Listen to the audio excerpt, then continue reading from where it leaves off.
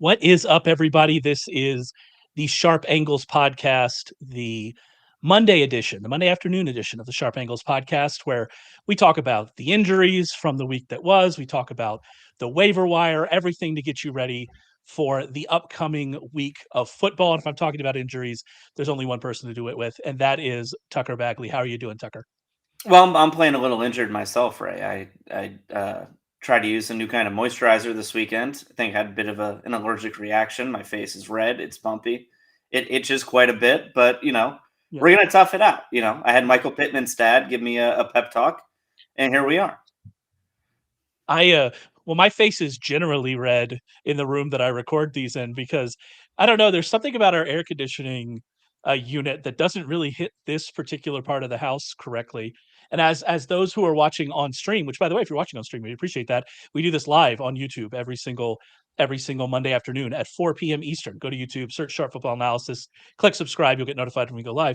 But you can see the lines of the sun across my face. So I'm sitting right next to a big window. And so it's always like 5 degrees warmer in here. And I, for reasons that I would assume are obvious to anybody watching the stream, run pretty hot. And so I always I always have like a bit of a red face. So but I don't want to have a fan on, in the mic. And so I'm always trying to figure out how I'm gonna make this work. In the other room where I work, the actual office where I work, I have a literal window unit dedicated exclusively to that room. And I think that's the most decadent thing that I own is a window unit in a house that also has central AC. That might actually be it. But some Texas summer days you need that. Yeah, you don't really get that in Jersey. Just gets a little swampy up here sometimes. A little bit humid. Luckily, I'm inland enough in Texas that I don't have the humidity I did as a child growing up on the Texas coast. There were some days. There were some days, my friend. But that's not what we're here. That's not what we're here to talk about. We're here to talk about, like I said, injuries, waiver wire, stuff like that. I do think, though, before we get to all of that, the big news of Monday, I would say, somewhat surprisingly, the big news on Monday wasn't that Doug Peterson is no longer the coach of the Jacksonville Jaguars, unless I missed something or unless all of the reporters just decided not to report it because it didn't matter. I mean, they are on bye this week, so they can certainly take their time with whatever decisions they're going to make. I do like the idea that if Doug Peterson had beaten the Lions last on Sunday, maybe he would have kept his job, and then the Jaguars just decided to lay down and die, which I don't think that's a good sign. But the other news is that Daniel Jones has been benched by the Giants for obviously lots of reasons that we'll get into. But I guess just especially as an Eagles fan, someone who follows this division closely, what's your kind of main takeaway here? Finally, I mean, it's about time. I think, especially just given the injury guarantee on his contract, if you were to get injured next year, I think like 26 or 27 million dollars, his contract would be fully guaranteed. Like, it's been painfully obvious that the Daniel Jones era is over, right? It was obvious at the end of last year. They brought him back this year, and he had a couple decent games with Brian Dable kind of holding his hand and pretty much directing him to throw the ball to Malik Neighbors, 20 times, but just it finally they're kind of turning over a new leaf. To me, I think the more interesting thing is they're turning the reins over to Tommy DeVito and not Drew Lock, who they traded for in the offseason, or they signed him to a free agent contract. I forget which one, but they acquired him in the offseason and kind of made it a point to say, well, it might be a a QB competition in training camp. He might start. Danny Jones might start. Who knows? And now the guy who gets the first crack at this job isn't even Drew Lock. It's Tommy DeVito, someone who we saw last year, and I think we're pretty confident in saying he isn't necessarily the answer at quarterback for them long term. And I don't think they're necessarily looking for that as they play down the stretch. I think this is more a situation where they need to make sure Daniel Jones is healthy after week 18 so they can cut him and move on. And for me, if you want to talk about NFC East, he looked pretty good as the Eagles' backup quarterback. Imagine Howie Roseman swooping in and having both Daniel Jones and Saquon Barkley under contract next year after Joe Shane and the Giants were unable to do so. Like, that would be pretty fun in my eyes. What a quarterback room we could have with Jalen Hurts, obviously clear starter, and then Daniel Jones and Kenny Pickett. Actually, I guess Kenny Pickett still has time left on his rookie contract. Now that I'm thinking about it, he probably still has a year left on it, right? Is that correct? Yeah, he's still got a year left on it. Yeah, I I mean, think this is year I 3. yeah, there you go. So he's still got a year. I'm assuming they will not be picking up the club option. for Kenny Pickett. I mean, we'll just have to see as we go. You mentioned it with Daniel Jones. There's definitely a financial aspect to this with Daniel Jones and benching him now so he doesn't get hurt. They don't have to kind of keep him on the roster for another year with an injury guarantee. It seems pretty clear where this is going. I also think you mentioned the Drew Lock decision. That also has a financial component to it as well. If you look at if you look at Drew Lock's contract, there are lots of like playing time and stat based incentives that I assume the Giants aren't interested in paying at the end of this kind of lost year. But then you see also reports that despite what Mara had said earlier in this year, it's possible that Brian Daboll is coaching for his job down the stretch here. And so if you're Brian Daboll and you're saying, okay, well, I would like to play Drew Lock over Tommy DeVito, because as you said, we kind of know what Tommy DeVito is, then that's kind of like, okay, well, you're handcuffing me. You've already handcuffed me with Daniel Jones in that contract for as long as we've kind of been handcuffed to it. And now you're doing the same thing, but that I can't play Drew Lock. Maybe he doesn't think Drew Lock gives him a better chance to win. I'm not sure. But if the reasoning here is kind of what's been reported, that some of those incentives in Drew Lock's contract are why we're going back to Tommy DeVito, then you have to, as Daboll, say, well, what do you want me to do here? So it's kind of a difficult situation. As for Tommy DeVito, I mean, you look at his passing numbers last year, kind of like on the surface, they weren't terrible. He had eight touchdowns, he had 3 interceptions. It was not good. He averaged 6.2 yards per attempt. He took a sack on a league worst 37.4% of the pressures against him. So if you got pressure on Tommy DeVito, you got a sack on him over a third of the time, which was easily the highest rate in the league. Daniel Jones was actually the second worst among qualified quarterbacks with at least 150 attempts, used at like 31%. And so that was awful. The Giants averaged 4.3 yards per play with DeVito on the field last season. I mean, I think we know what this is. We know what this is going to be for him. And obviously, as you said, now we have Malik Neighbors here. Now we have Tyrone Tracy here. 2 guys that at least we were thinking we like a lot for fantasy. And then maybe even some other guys like Wan'Dale Robinson, if you're in deeper PPR leagues, Darius Slayton, who has been getting some run.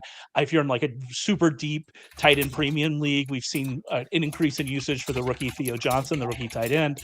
And so there were some names here that, I don't know how much worse Tommy DeVito is than Daniel Jones, but it certainly gives you pause about those kind of secondary pieces in this offense.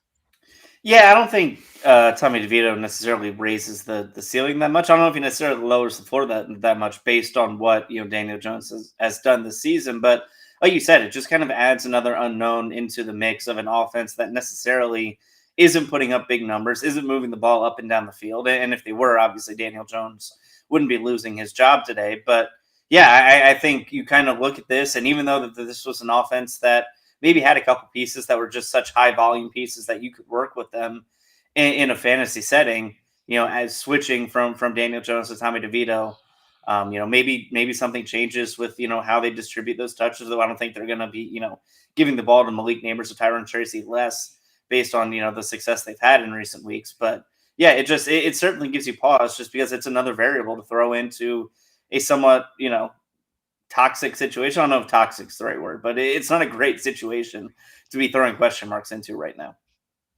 Yeah, difficult. We'll say a difficult offensive environment will be the nice way that we put it. I do want to say, and I mean, you have to throw it out a little bit because Malik Neighbors wasn't there. Malik Neighbors is so very clearly the alpha wide receiver 1 on this team. But DeVito did target Wan'Dale Robinson the most last year when he was in there. And he did also send, quite a few targets Darius Slayton's way. So I don't know. We'll watch it. We'll see how it goes. I mean, I'm still of the opinion that the only people you're actually interested in here, and it's a lot because of volume, are Neighbors and Tyrone Tracy. Volume with players we think are talented who can create big plays. Even on bad offenses, that's somewhere you want to be. All right, let's move on and start talking about a few injuries. Before we do, I do want to mention that if you head over to the website, sharpfootballanalysis.com, you can use promo code ANGLES to get 20% off everything that we offer, anything that we offer over there. That includes our betting packages. Had another pretty good week this past week with Warren Sharp's betting recommendations, both from like a sides and totals perspective and in props. You can also get all of Rich Rebar's fantasy content, including, and this is the most important thing, his worksheet previews, which previews every fantasy relevant player in every single game, every single week. It is the best way to get ready for the fantasy football weekend. Go and check that out. Use promo code ANGLES, get 20% off. So we didn't have a big week for injuries, thankfully. Again, we like to see that. And also we're getting a lot of players back from injury, or at least we expect to get a lot of players back from injury this week. And so I kind of wanted to start there. And the biggest name that we likely will get back this week, or at least expect to get back this week, is Mike Evans. So I guess the first question here is, am I jumping the gun, or does this look like this is happening, that we're getting Mike Evans back this week? No, I would expect it to be. And this is something that's kind of been trending for a while. I think probably 3 or 4 weeks. They kind of targeted, this after the bye week. Maybe he could come back. And the Tampa Bay Buccaneers actually had a bonus practice today on Monday coming off the bye week. And Mike Evans was out there on the field. He was with the team. He was practicing when the media was out there. We won't get official practice report because it obviously isn't a real practice. We'll have to wait for Wednesday for that to happen. But as of right now, it looks like he's out there on the field. He probably will be out there for week 12. And, like I said, we'll have to wait for Wednesday for an official report. Maybe he'll be limited on Wednesday. I don't know if they'll go full practice immediately, but a good sign that, the old man and his hamstrings will be back. And you mentioned, when we were doing our prep, they have a pretty easy schedule, Tampa Bay does, moving forward. So he could be a guy that really swings a lot of fantasy leagues down the stretch here. Yeah, I mean, I have it here. He gets the Giants, the Panthers, the Raiders, the Chargers, the Cowboys, the Panthers again, and then the Saints down the stretch. The Chargers defense has been good a lot because they've been limiting volume, but we saw on Sunday night that if you have a decent passing game, you can certainly get after them. So you're not really scared of anybody on that list, and it's a very small sample. And so I want to kind of preface it with that. Mike Evans has only run 58 routes in the last 2 years without Chris Godwin on the field. So it's a very small sample. But on those routes, he's been targeted on 31% of them. So he's been, 31% of the time he's getting a target when he runs a route in that sample. And he's averaging 3.43 yards per route run, which as reference would be like a very good number, would be like top 10, top 5 probably this year among qualified wide receivers. I don't have the list, right in front of me. But like that is kind of elite usage and elite production. And so if we're going to get him back against that schedule, assuming the hamstrings are fine, then you're going to be very excited about having him. Maybe this week is your trade deadline in a league. Yeah, he's somebody, even if someone thinks they might be selling high on him because he's coming back this week and they don't know what's going to expect. I would expect Mike Evans to close the season very strong. And we'll see what happens with the rest of the kind of secondary options on that team. We should get Jalen McMillan back, I would assume, this week. He did, he was active before the bye, but he didn't play a snap. I assume he'll be back this week. Obviously, Cade Otton's been going wild without, Chris Godwin and Mike Evans there. I would bet that Otton is the second most targeted guy, and then followed by the running backs. Sterling Shepard does play a lot in the slot, so maybe we can get there. McMillan played a lot in the slot in college, so maybe he gets in there and can take on more of that kind of Godwin role. But yeah, if we're focusing on people here, it's certainly Evans and Otton. I got a question here actually in the chat. What's your feeling on Jonathon Brooks getting his first start next week? Jonathon Brooks is another one of these players that are likely to come back this week. In fact, I believe that Dave Canales has confirmed that Brooks is coming back, right? Yeah, he officially has, which is like we've been anticipating him coming back for the last 2 or 3 weeks. Obviously, the Panthers had their bye last week, which threw a little wrinkle into things. But the 2 previous weeks, people thought, well, he'll be back this week, and he obviously didn't come back. But yeah, Dave Canales in his press conference today said he expects Jonathon Brooks to be back. So it depends. Like the carry share is going to be weird in that backfield. Obviously, they paid Chuba Hubbard a few weeks ago, and he's actually played really well this season. They have Miles Sanders, who's been all but benched at this point after he signed a big contract to join their team last offseason. He's hurt too. Like they haven't put him on IR yet, which I think is surprising. But like that injury that he suffered before the bye was bad. I think they've already ruled him out for this week. So yeah, we're not worried about Miles Sanders. Miles Sanders is a non-factor in this situation. Yeah. Is what we're getting at. But and then you add in Brooks. So it'll be interesting to see how they divvy up the carries between him and Chuba Hubbard if they try to employ a kind of run heavy offense. Now that they have 2 horses in that backfield to take even more off the plate of Bryce Young, but I wouldn't expect him to come out and all of a sudden take 80% of the carries away from Chuba Hubbard, who might have, he's probably been the best part of their offense the last 6 or 7 weeks. Yeah, and actually the commenter here mentions that they might be forced to start him since Bijan Robinson's going to be on bye this week. I mean, if you're forced to start him, you're forced to start him. You might be able to find somebody on the wire that might get a few more carries, or at least you would expect to get more carries. Roschon Johnson really stands out as a guy like that. After we'll talk about him later.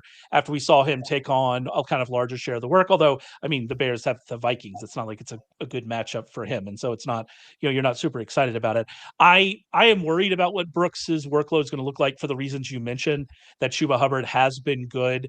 They've now kind of drug this out, I think, longer than we initially expected. When people were drafting Jonathan Brooks in best ball leagues, which I mean, I'm not like, this isn't a victory lap, but I was pretty against doing this because I didn't know when he would come back.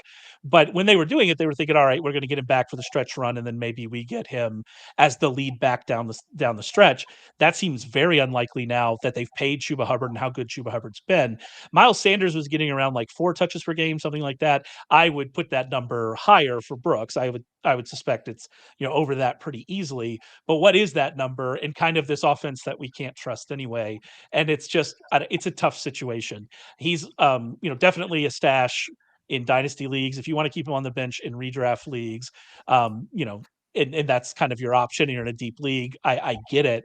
I don't know what the long-term upside here is for him, barring a Chuba Hubbard injury. And even then, with kind of the way they've slow played this injury, how excited are they to push him, this guy that they spent, serious draft capital on, in a season, in a, completely lost season, coming off of a very serious knee injury? I'm not sure. So I've been pretty much stay away from this situation from Jonathan Brooks' perspective since, June. And so my perspective on that is not really changing here. But if you got to start him, you got to start him. It is what it is. Yeah, I mean, the other thing to consider is just their schedule moving forward, right? They have Kansas City this week, who's been pretty stout against the run. They do have Tampa Bay next week, who I think is 28th in the league in yards per carry allowed. Then they have Philadelphia the week after that, who's been pretty good on defense. So, I mean, not only are they playing 3 teams who are currently in a playoff spot and should be playing from ahead, right? So who knows, how many run heavy situations Carolina's going to find themselves in the last 30 minutes of the game. They're playing against defenses that are also pretty stout against the run, save for maybe Tampa Bay. So yeah, it doesn't really work itself out to be a favorable situation for that running game. And I'm glad you mentioned the matchup, because I forgot to mention it, and it's bad. The matchup against the Chiefs has been bad for running backs all season, and so even if they don't get scripted out of it, and maybe he gets a lot of that receiving work, and maybe that's where they work him in, and so if the Chiefs are able to put the Panthers in negative game script, as we would expect them to do, but the Chiefs have not always done that this year, even as they opened the season undefeated before last week. They hadn't always done that to teams they should have done it to. But even if they do it, is he going to get a lot of that work? Maybe he gets some of that work, but it's a tough situation. And actually, it's funny. The other 2 guys I want to talk about are also in this game. One of them's a Panther, and that's Adam Thielen. And I don't really know what the plan is going to be for Thielen here. I don't know why they would play him over some of their younger players, but it seems like he's coming back this week, right? I'm not so sure if he will be back this week. So 2 weeks ago, he seemed to be on track to come back. They opened his practice window.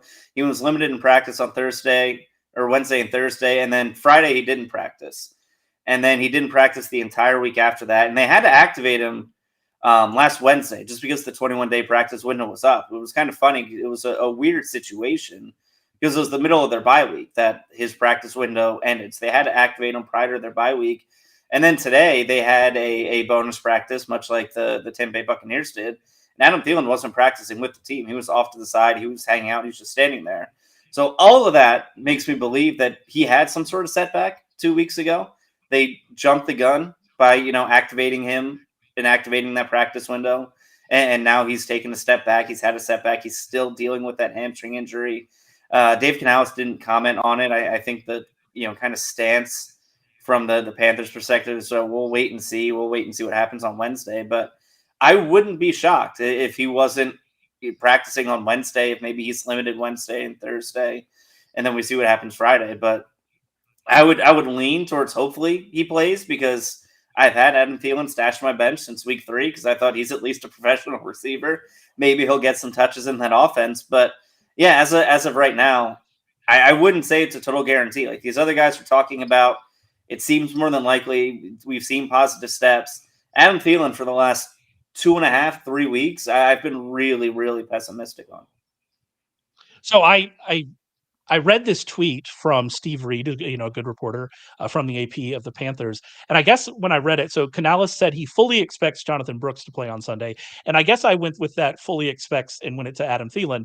Uh, then it just says he expects to get Adam Thielen back this week, which is a little less certain. I mean, I think that he probably will return. But yeah, you're right. We'll have to see because this has been a very odd like run. Them having to activate him in the bye week, right?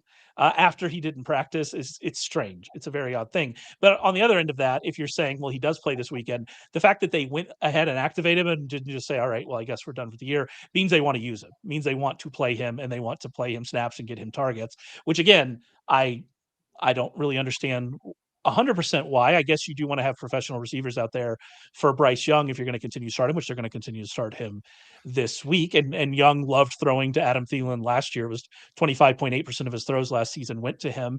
And Bryce Young likes throwing to the slot over the last 3 games. Since he took over as a starter, 37% of his targets have gone to slot receivers. But you also have Jalen Coker who can play there. And Jalen Coker played there before the bye and ended up leading the team in targets, playing 75% of his snaps in the slot. So it's a very odd situation. I don't quite understand what the long-term goal here is with Thielen, but I guess if he's healthy and you got him on the roster and you're paying him, you might as well play him and see, kind of what these wide receiver sets look like with him, with Xavier Legette and Jalen Coker, and then I don't know, David Moore maybe getting in there still too. It's just a odd situation. By the way, I was listening to this actually clicked in my brain. Obviously he didn't play last week. But 2 weeks ago, I was listening to the broadcast, and I've always called him Xavier Legette, and I believe that the broadcast was calling him like Legette or something like that, or like it was strange. So if you know it, tweet at me if you know how you actually pronounce his name. I want to pronounce people's names correctly, and so Isn't he if from I've the been South? pronouncing, Isn't he like from your area? You don't have Legettes running around out there? I my guess would be it's Legette. I would be surprised if it were not. It could be French and it could be like Cajun, it could be Leger or something like that. Like that's certainly possible. That I'm open to that. Speaking of, by the way, speaking of names, if you have to, type out Isiah Pacheco's name a lot, you will almost always misspell it the first time and then have to go back and get it because it's missing an A. And so I still am on. If I ever meet him, I will ask him if his name is actually pronounced Isaiah, because I think it might be. I think we might be pronouncing his name wrong, but that's neither here nor there. But also in this game, Isiah Pacheco likely coming back, and unlike the two guys we just talked about, this is a great spot for him to be getting back in the lineup. Oh, totally. I mean, this is a huge spot for him. I mean, Kareem Hunt has been dominating that backfield, and you assume Isaiah Pacheco, if healthy, is going to come back and really just take over his role down the stretch here as Kansas City fights for the top seed in the AFC. The one thing I would say, and I still believe he's going to play. I don't want to throw too much caution out here, but yesterday Ian Rappaport tweeted and reported that he's expected to be back.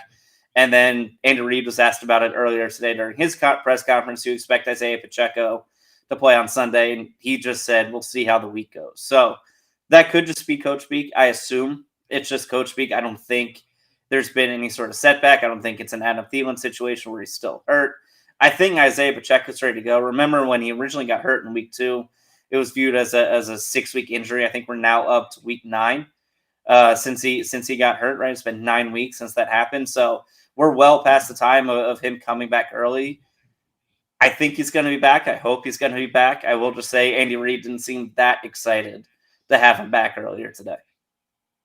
Yeah, it's tough with some of this, as we've now learned with Audric Estime 2 weeks in a row from Sean Payton. It's tough with some of this coach speak and take it. I'm operating like he's going to be back. I do think though that there's a chance we're not going to get, or even a likelihood we're not going to get Pacheco back in that clear lead role that kind of Kareem Hunt has had since that injury, or at least since he took over for Carson Steele after he was signed. What I will say though is that Kareem Hunt, he's been great for fantasy because he's been getting a lot of carries. He's been getting a lot of carries near the goal line, and that's what we want to see. And so he's been great for that. But from just like an efficiency standpoint, Kareem Hunt has not been good, and that's just a continuation of what we've seen from Kareem Hunt, dating back to last season and the season before that, both in Cleveland. He's 51st in explosive run rate and 49th in yards after contact per rush out of 53 backs with at least 50 carries. So he's third from last and fifth from last among that group in those two numbers. He's not creating a ton of yards himself. He's not creating explosive runs. We know that Pacheco can do that. When Pacheco gets back, I would expect him to pretty quickly take on that lead role. Will it be this week? I'm not sure, but they're playing the Panthers. That's about as good as a matchup gets for running backs, especially if we are if we're getting the game script that we expect here with the Chiefs coming off a loss, maybe wanting to make a statement, wanting to kind of get a good easy win. If that's what we end up getting here, then you're going to be pretty happy about Pacheco. One more question here in the chat: how concerned should I be about Jonathan Taylor going forward with Anthony Richardson back? So I actually think it's kind of interesting. This was a conversation we had a lot in draft season around both Saquon Barkley and Jonathan Taylor with what happens when their running quarterbacks get touchdowns. And Anthony Richardson actually early in the season was not getting rushing touchdowns. He had one, and that was it over his first 5 games or whatever before he was benched. And so that wasn't happening. We saw that regress this last week. Obviously, he found the end zone twice. Paid out plus 1,200 on our first touchdown from our first touchdown article. There you go. We did pretty well on that this past week. But with Anthony Richardson, I think ultimately, like with Saquon Barkley, his presence, and we've seen this, I don't have the splits off the top of my head, but we've seen this now when he was playing with Flacco versus Richardson, is that he's going to average more yards per carry. He's going to get more explosive opportunities and runs because of that threat of Richardson as a runner. And you're just going to have to live with the touchdowns that Richardson gets. Ultimately, I think that Jonathan Taylor's going to be fine. Ultimately, I think it's going to be an overall good thing for Richardson to be in the game. And I mean, just if we're talking about that offense, I was surprised at how much we saw from Josh Downs and Michael Pittman with Richardson there, because that was kind of the thing when they switched to Joe Flacco. You go, okay, well, we're not going to get rushing out of Joe Flacco, and I don't know if the offense is going to be better, but I'm assuming we'll get more and better targets for Josh Downs specifically, and maybe even Michael Pittman, although he missed some time with injuries. And then Richardson comes back, and they both have good games. Pittman gets a ton of targets that like we hadn't seen. So it's interesting, kind of what we saw this first week, and moving forward, what that's going to look like. Especially Detroit's coming to town this week. Are they going to force them to throw a lot more? So just an interesting situation is all I would say, Tucker, with that entire offense. Yeah, I mean, Anthony Richardson set career highs in completions. He had 20 for the first. I think it was maybe the most since his first start as a quarterback. But he had 20 completions, threw for 272 yards, which is the most he's ever thrown for in the NFL. And he completed 66% of his passes, which is also a career high for him. So I don't know. Maybe the 2 weeks off kind of reset him as a quarterback. But it is kind of interesting. Like, Jonathan Taylor still got, I think he got 24 carries. Like, he got his touches. I think I wouldn't necessarily be worried because he's still getting his spotlight in the offense. But yeah, it certainly has to be at least a little encouraging that Anthony Richardson was still able to go out and just complete passes, which when you have guys, on the receiving end in fantasy, it's kind of just what you're hoping for, right? Just get the ball in their hands and hope they can make a play. Yeah, please just complete passes. That's all we're looking for. Do you want to remind you, we're going to move on and talk about some of the injuries from this last week. I do want to remind you, if you're listening to this podcast, first of all, awesome. Thank you. We appreciate that. But you can do this live and get into the chat and ask us questions every single Monday at 4 p.m. Eastern. Go to YouTube, search Sharp Football Analysis, subscribe. You'll get notified when we go live. More importantly than that, though, you'll get notified when Warren Sharp goes live on Tuesdays and on Fridays. And you'll get to, interact with those shows and kind of what he's got going on there, which I would highly recommend. Lots of great information. Lots of winners, by the way, especially on that Friday show, are given out for free. So make sure you're subscribing and doing that. Head over to Sharp Football Analysis, subscribe to our newsletter. Lots of winners sent out there as well. So lots of stuff going on, lots of ways to interact with the brand, and we certainly appreciate it. All right, let's talk about a few of the injuries. Like I said at the top, it was a really kind of nicely quiet week for injuries, which we prefer. We want guys to be healthy. One of the more interesting ones from a fantasy perspective, given what we've seen from him this year, is Darnell Mooney, who left that very lopsided loss. Maybe I don't know, schedule lost on the road, bunch of injuries on defense. Well, I don't know what to make of that loss for the Falcons, but Darnell Mooney left that game with a hamstring injury. We got any news about it? Yeah, the Falcons basically have said that it's not a major injury. It's not something that they're concerned about. Now, a soft tissue injury like a hamstring to a wide receiver, I think is always something that could be a nagging situation. It could be something that lasts a couple weeks. So, I mean, if it truly is absolutely nothing, then yeah, he could be back as soon as this week. He was on the practice report last week, I think, with an Achilles designation, which I thought was interesting. But he was cleared by Friday, was full participation heading into the weekend. So I don't think that really has anything to do with it. But could be a situation where best case scenario he's limited in practice earlier in the week and is back on Sunday. Yeah, but they're on bye actually this week. Again, they are on bye, so even better. Yeah. I would probably keep an eye on him starting next week. But yeah, for the most part, the fact that they seem not concerned about it and they have their bye coming up, I think is obviously best case scenario. So I remember, I have this memory in my head of Mooney at some point in his career with the Bears having a hamstring injury, and so I was kind of worried to go back and look how he did there. But I went back through his injury history, at least his injury history that I can find, and didn't see it. So that's promising. Played through a groin injury, yeah. And if they're saying that it's minor and they're on bye this week, then I know maybe he comes back. I don't really know from a waiver perspective what you do about this. I don't think you're going to go out and pick up Kaderil Hodge. I don't think you're going to hold Ray McLeod on your bench through his bye week, especially since 6 teams are on bye this week. So I don't think there's really a immediate waiver wire kind of approach to take here with this injury. I think it's one of those we wait and see, like you said. And if they're going to get bonus practice in that bye week, they'll probably have a bonus practice next Monday. And so see where he is there. Then from that point, we can kind of make some determinations about kind of where we are. Another guy that, by the way, is headed on bye this week, and that's Gabe Davis. But it doesn't even matter that he's headed on bye because it seems like his season is over. Yeah, it's pretty much already been reported that his season is done. Doug Peterson outlasting Gabe Davis in 2024. Not a lot of people saw that coming. Yeah, Gabe Davis expected to be done for the year after that knee injury yesterday. Yeah, and so I mean, with Davis and with that entire passing game, we're kind of at the mercy of what's going to happen with Trevor Lawrence, which obviously we don't know. And as we've made reference here, a couple times, we don't even know who the coach of the team will be when they leave the bye. A lot of reporting suggests it won't be Doug Peterson. And so we don't know what that's going to be. And so it's a very, it's a very uneasy situation here.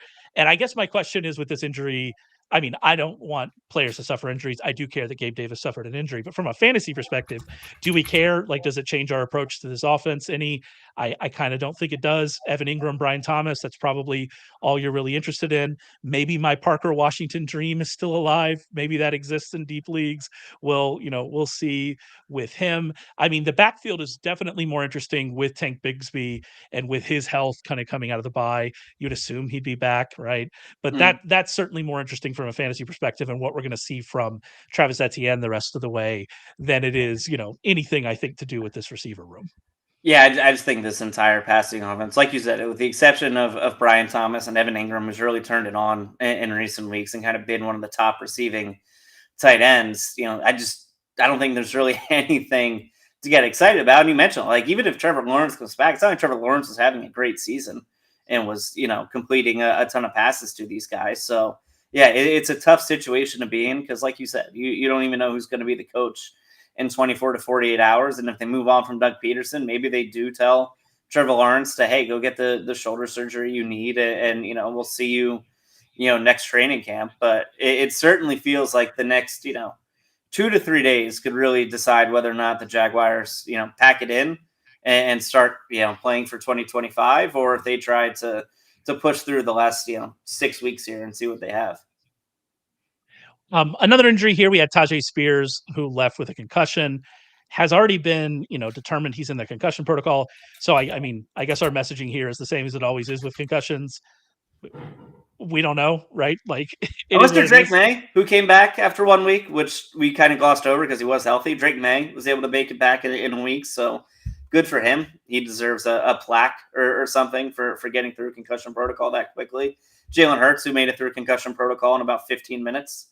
on Thursday night. Beating Drake May's record.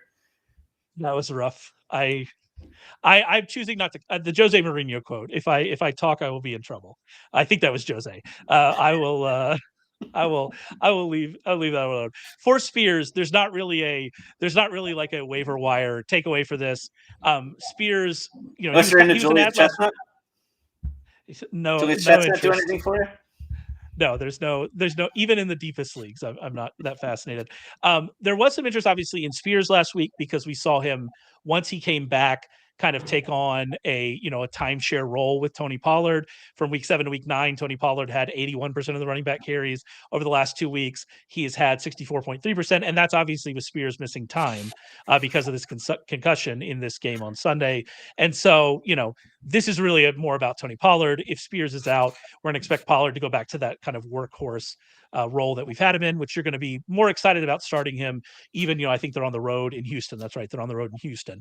And so, it's not the best spot, but you'd be more excited about starting Pollard if Spears is going to sit. Finally, one more, and this is a real do we really care situation, and that is the Raiders backfield. They ended up losing 2 running backs. They started the game. They decided to start Zamir White coming out of the bye. We're going to start Zamir White. We're going to try to recapture the magic of late last season. Did not work. He left with an injury. Alexander Mattison, who has been their best running back, which is damning with faint praise. Alexander Mattison, he leaves this game with an injury. First of all, I don't know if we care. And also, I don't know if we know anything about either of these injuries because I've looked for information and I can't find anything about either of them. Yeah, I've yet to see an update on either. Now, they were both considered questionable towards the end of the game. Like, they were never technically ruled out of the game, although neither one returned after they got hurt. So maybe that's an indication that neither injury is serious. But like you said, I have yet to see up until the last time I checked was a couple minutes ago before we started the spot. I haven't seen any update on either guy. So we just have to wait, I guess, till later in the week. And just a reminder that we record this at it's currently 4:37 Eastern. I would have to do the time zone conversion in my head. It is currently 4th. It's I've gotten pretty used to it. No, I choose to live in Central Time, as all people should. But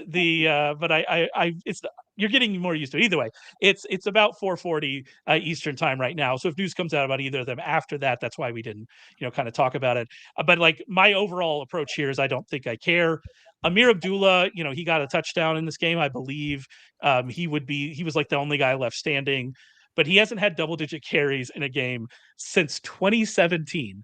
2017 was the last time with Detroit he had it, and that was a long time ago. He has been added and cut from so many dynasty rosters since then. I don't think that he's going to be that guy. They do have that rookie Dylan Lube, I believe is how you pronounce his last name. He has played 1 offensive snap this year. He fumbled on that offensive snap, and he has not been active since. So I don't know. He has 1 career offensive snap. He fumbled, and they've made him a healthy scratch ever since. Are they going to turn to him? They have Sincere McCormack, who had a good career for my hometown TSA Roadrunners. He's on the practice squad. He's never played a game in the NFL. Are they going to turn to him? I don't know. This running game isn't good anyway. I mean, I guess you can take a shot on, Dylan Lube or Amir Abdullah. I'll probably have them in the waiver column on Tuesday morning just because, they are running back bodies, which we haven't had a ton of on the wire. But yeah, I don't know how you get excited about this situation. Yeah, I mean, it's hard to get excited about that offense. The exception of Brock Bowers, who's pretty much been the only bright spot on that team this year. But yeah, I mean, you mentioned it. Like, maybe if you're absolutely desperate, at least there's going to be, like, someone has to get the carries. Like, they have to have someone line up at tailback and get 10 to 15 carries. So maybe you do, and maybe you are desperate enough to take a chance on someone like Abdullah. But yeah, I mean, even look at their schedule. They have Denver next week. They have Kansas City the week after that. So it's not exactly favorable matchups either for them to necessarily get their ground game going without either of their top 2 running backs. Yeah, I mean, they're not going to get their ground game going against those 2 teams without it. I wanted to look to make sure I was right. Yeah, the Chiefs are first in yards per carry allowed to running backs per running back carry at 3.1.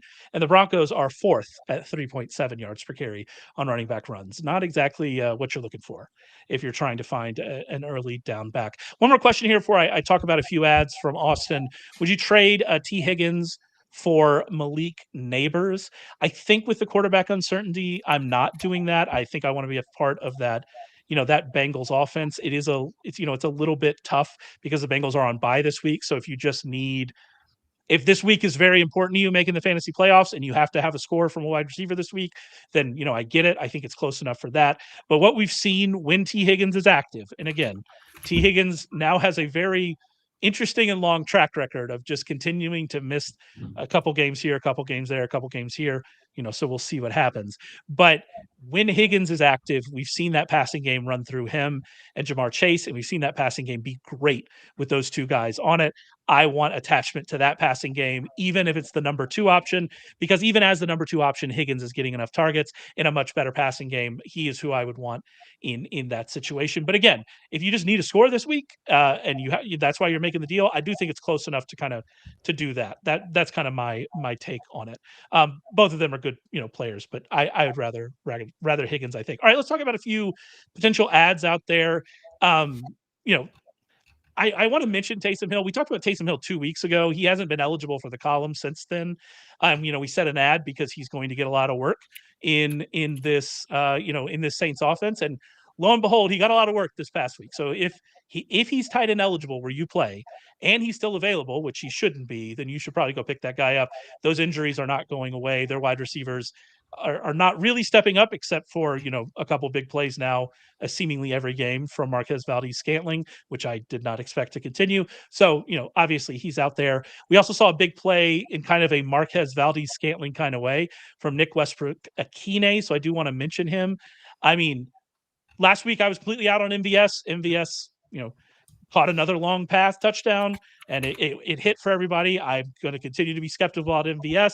I will continue to be skeptical about Westbrook-Ikhine, but you do have to mention that he scored 5 touchdowns in his last 6 games, and you just have to kind of pay attention to it. Now for the season, his expected touchdown total is closer to 2. So he's really outstepping that. Obviously you're not going to expect him to catch a 98-yard touchdown every single week. Throughout his career, he's been targeted on around 13.8% of his routes. It's 13.7% this year. He's playing in an offense that we don't really want to be, super attached to outside of maybe Calvin Ridley and Tony Pollard. There are lots of reasons not to be interested in Westbrook-Ikhine, but if he's going to keep scoring touchdowns, he's going to keep scoring touchdowns. And so I get it.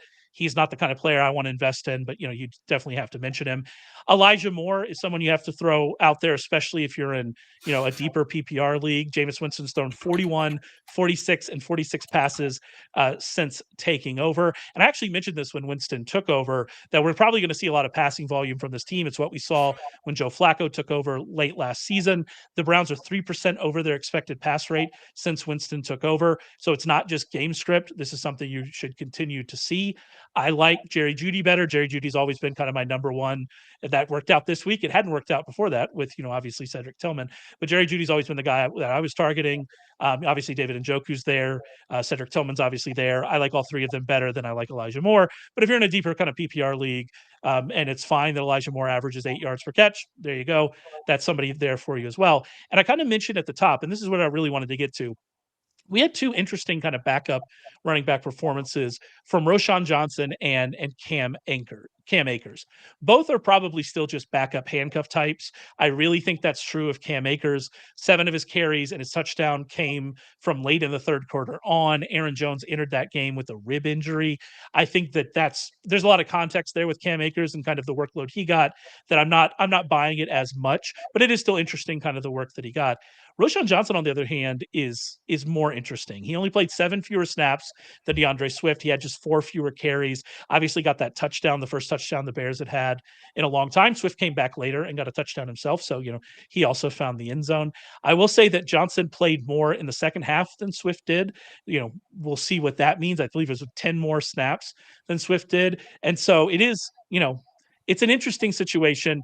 I don't think there's enough fantasy goodness in this backfield, especially with, the schedule they have coming up. They have one of the worst rushing schedules the rest of the way. So I'm not going to read too much into the split. I'm not going to get too excited about Roschon Johnson. But if you're just looking for, okay, maybe this guy can get 10 touches in a bad matchup against the Vikings this week, then, he is still out there. And we actually have in the chat, Donovan, I think Aaron Jones is ailing still. I agree with you, Donovan. I think that the Cam Akers one seems to me a lot more like Aaron Jones was hurting.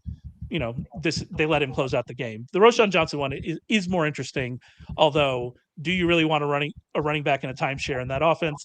And with the schedule they have, I don't know, but it's slim pickings on the waiver wire for running back. So at least needed to throw those names out there.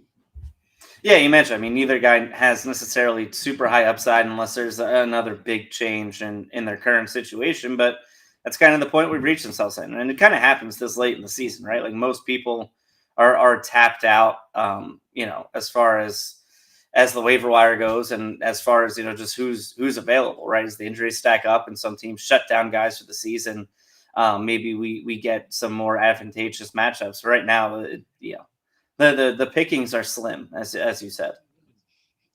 Actually, producer Matt has this note. I did not know this. Aaron Jones lost 1 yard on the final play to go under his rushing prop, and if that's not a bad beat, I don't know what is. That's definitely tough seeds. All right, that's it for us. I'll have my waiver column out on Tuesday morning. Tucker will have an injury article out by Wednesday evening, looking at kind of the early week injuries and what to pay attention to. Make sure you head for Sharp Football Analysis and check that out.